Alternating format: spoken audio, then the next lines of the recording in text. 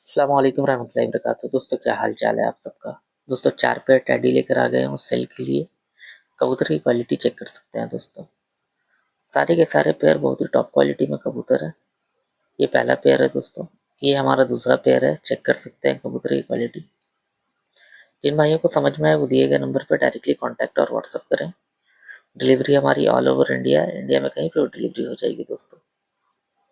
और जो भी भाई हमारे चैनल पर नए हैं वो चैनल को लाइक, सब्सक्राइब और शेयर कर दे ताकि हमारी वीडियो की नोटिफिकेशन सबसे पहले आप तक पहुंच सके। सारे रनिंग पेयर है दोस्तों। अंडों बच्चों की फुल गारंटी है कबूतर में।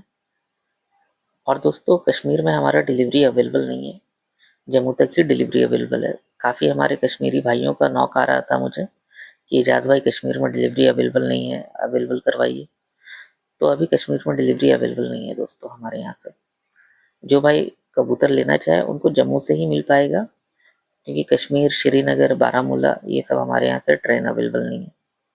तो आप लोग चेक करें दोस्तों। और जिन भाइयों को समझ में आए वो कॉल करें। जिन भाइयों को सिंगल पेयर चाहिए वो सिंगल पेयर के लिए भी मुझे नॉक दे सकते हैं, और जिन भाइयों को पूरा लॉट चाहिए वो लॉट के लिए मुझे नॉक दे सकते हैं।